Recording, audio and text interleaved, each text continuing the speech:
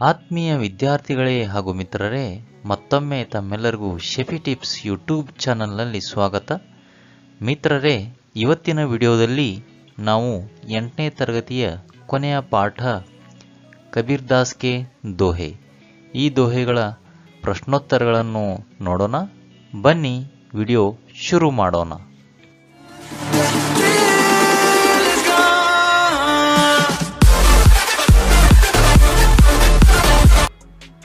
प्रश्न संख्या Roman number 1, एक वाक्य में उत्तर लिखिए. ಮೊದಲನೇ ಪ್ರಶ್ನೆ, कैसी वाणी बोलना चाहिए. उत्तर, अपने और दूसरों के मन का अहंकार मिटकर शीतलता प्राप्त हो, ऐसी वाणी बोलना चाहिए.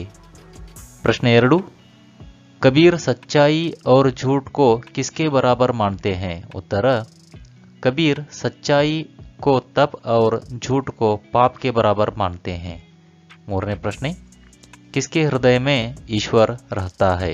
उत्तर, हमेशा सत्य वचन बोलने वालों के हृदय में ईश्वर रहता है. नाल्कने प्रश्न, खजूर के पेड़ से किसे छाया नहीं मिलती. उत्तर, खजूर के पेड़ से पंथी अर्थात राहगीर को छाया नहीं मिलती. प्रश्न संख्या रोमन नंबर 2, 3-4 वाक्यों में उत्तर लिखिए. 3-4 वाक्यಗಳಲ್ಲಿ ಉತ್ತರಿಸಿರಿ. ಮೊದಲನೇ ಪ್ರಶ್ನೆ, खजूर के पेड़ से हमें क्या सीख मिलती है. उत्तर, खजूर के पेड़ लंबे होते हैं जिससे पंथी को छाया और फल नहीं मिलते. इसी तरह समाज में बड़े आदमी होकर समाज सेवा नहीं करते तो कोई फायदा नहीं, वे बस खजूर के पेड़ के समान होते हैं. ಎರಡನೇ ಪ್ರಶ್ನೆ, मन से बुरे विचार कैसे मिट जाते हैं. उत्तर, हमें इस तरह के वचन बोलने चाहिए कि हमारे मन का अहंकार मिट जाए, हमारे बोल से दूसरों को शीतलता मिले, साथ ही साथ खुद का मन भी शीतल हो जाए. ऐसा करने से मन से बुरे विचार मिट सकते हैं. प्रश्न 3, हमें किस तरह की बातें करना चाहिए. उत्तर, हमें हमेशा सच बोलना चाहिए. झूठ से बढ़कर कोई पाप नहीं है, हमें सत्यवादी होना चाहिए. सत्यवादी लोगों के हृदय में ईश्वर का निवास होता है. सच्चा आदमी हमेशा सही मार्ग पर चलता है. 4 प्रश्न, भगवान का स्मरण मनुष्य कब और क्यों करता है. उत्तर, सभी लोग जब जीवन में दुख या विपत्ति आती है तभी भगवान का स्मरण करते हैं. जब वे सुखी हो तो भगवान को भूलकर भी याद नहीं करते. सुख और दुख दोनों स्थितियों में भगवान का स्मरण करना चाहिए. प्रश्न संख्या 5, सच और झूठ में क्या अंतर है. उत्तर, सच बोलने के समान दूसरी कोई तपस्या नहीं है. सच्चा आदमी नेक रास्ते पर चलता है. झूठ बोलना या झूठ व्यवहार करना इससे बढ़कर कोई पाप नहीं है. सच और झूठ में बहुत बड़ा अंतर है. प्रश्न रोमन नंबर 3, ವಿಲೋಮಾರ್ಥಕ ಶಬ್ದ ಲಿಖಿಯೇ. ವಿರುದ್ಧಾರ್ಥಕ ಪದಗಳನ್ನು ಬರೆಯಬೇಕಾಗಿದೆ. ಸತ್ಯ ಅಸತ್ಯ, ಅದೇ ರೀತಿ ಧರ್ಮ ಅಧರ್ಮ, न्याय अन्याय, चेत अचेत, हित अहित, शांत अशांत, सफल असफल.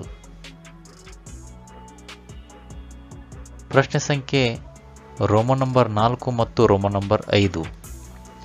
ಪ್ರಶ್ನೆ ಸಂಖ್ಯೆ ರೋಮನ್ ನಂಬರ್ 4ರಲ್ಲಿ ಉದಾಹರಣೆಗೆ ಅನುಸಾರ ಸಮಾನಾರ್ಥಕ ಶಬ್ದ ಲಿಖಿಯೇ. ಸಮಾನಾರ್ಥಕ ಶಬ್ದಗಳನ್ನು ಬರೆಯಬೇಕಾಗಿದೆ. ಉದಾಹರಣೆಗಾಗಿ ಅಪೇಕ್ಷಾ इच्छा, अपेक्षा ಇದರ ಅರ್ಥ ಇಚ್ಛಾ. ಅದೇ ರೀತಿ ಅಗ್ನಿ ಆಗ, ಉತ್ತರ ಜವಾಬ್, ಕನಕ सोना, खग पक्षी, गुरु अध्यापक, तारा नक्षत्र. उदाहरण के अनुसार शब्दों के अन्य रूप लिखिए. ಈ ಶಬ್ದಗಳ ಬೇರೆ ಬೇರೆ ರೂಪವನ್ನು ನಾವು ಬರೆಯಬೇಕಾಗಿದೆ.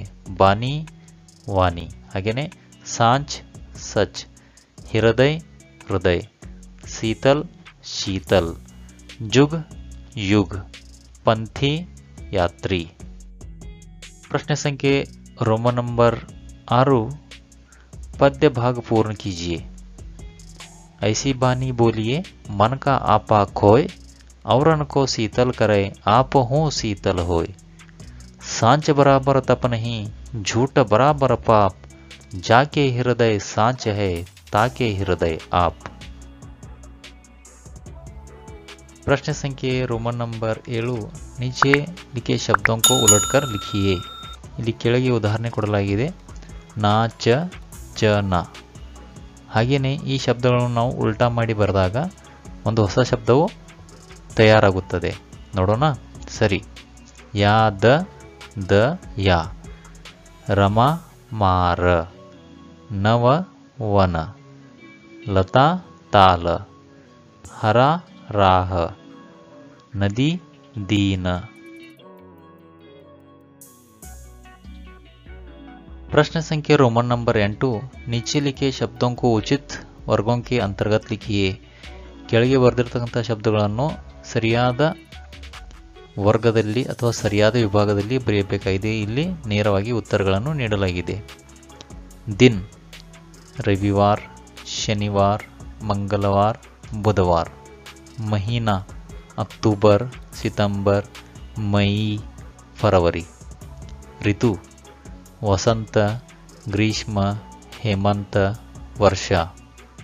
पेड़ पीपल, नीम, खजूर, ताड़। त्योहार होली, दशहरा, ईद, क्रिसमस। प्रश्न संख्या रोमन नंबर 9, ವಾಕ್ಯ ಶುದ್ಧ ಕೀಜಿಯೆ। ಉತ್ತರ ಇಲ್ಲಿ ನೇರವಾಗಿ ಉತ್ತರಗಳನ್ನು ನೀಡಲಾಗಿದೆ। मोहसिन की माँ बीमार है, हमारी भाषा का नाम हिंदी है, दिल्ली भारत की राजधानी है, कृष्णा, गोदावरी, कावेरी दक्षिण भारत की नदियां हैं, सच का विलोम शब्द झूठ है, शीतलता का अर्थ ठंडा है, अध्यापिका पाठ पढ़ाती है। प्रश्न संख्या रोमन नंबर 10, शब्दों को शुद्ध कीजिए। ಇಲ್ಲಿ ಅಶುದ್ಧ ಶಬ್ದಗಳನ್ನು ನೀಡಲಾಗಿದೆ, ಈ ಶಬ್ದಗಳ ಶುದ್ಧ ರೂಪವನ್ನು ಬರೆಯಬೇಕಾಗಿದೆ। ಈ ಶಬ್ದದ ಶುದ್ಧ ರೂಪ ಸಮುದ್ರ, ಇದಕ್ಕೆ ಸಮುದ್ರ।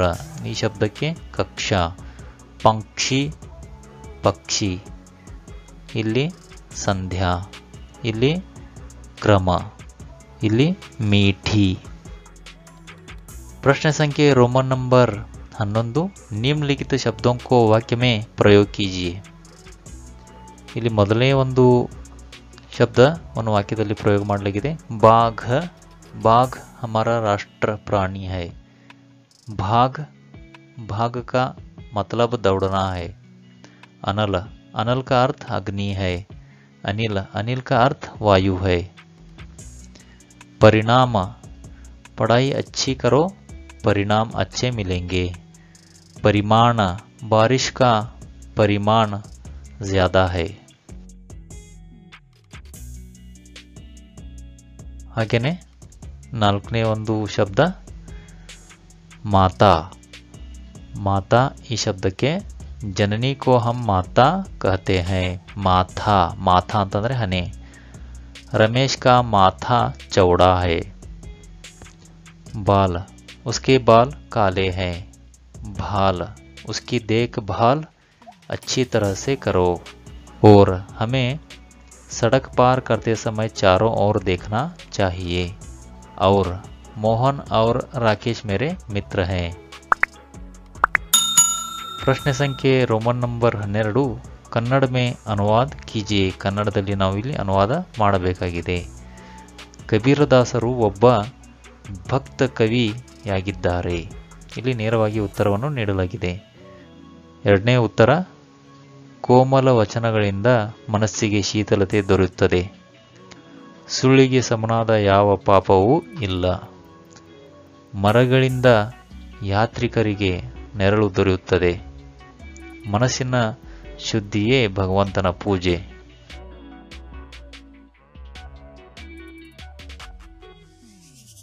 ಆತ್ಮೀಯ ಮಿತ್ರರೇ, ಈ ವಿಡಿಯೋ ತಮಗೆ ಇಷ್ಟವಾದರೆ ದಯವಿಟ್ಟು ಚಾನಲ್ನ ಸಬ್ಸ್ಕ್ರೈಬ್ ಮಾಡಿಕೊಂಡು ಪಕ್ಕದ ಬೆಲ್ ಐಕನ್ ಮೇಲೆ ಕ್ಲಿಕ್ ಮಾಡಿ ಮತ್ತೆ ಆಲ್ ಬೆಲ್ ಐಕನನ್ನು ಕ್ಲಿಕ್ ಮಾಡಿಕೊಳ್ಳಿ. ಇದರಿಂದ ನಿಮಗೆ ಹೊಸ ಹೊಸ ವಿಡಿಯೋಗಳು ಬಹುಬೇಗ ಸಿಗುತ್ತವೆ ಅಂತ ಹೇಳುತ್ತಾ ಇವತ್ತಿನ ವಿಡಿಯೋವನ್ನು ಇಲ್ಲಿ ಸಮಾಪ್ತಿ ಮಾಡೋಣ.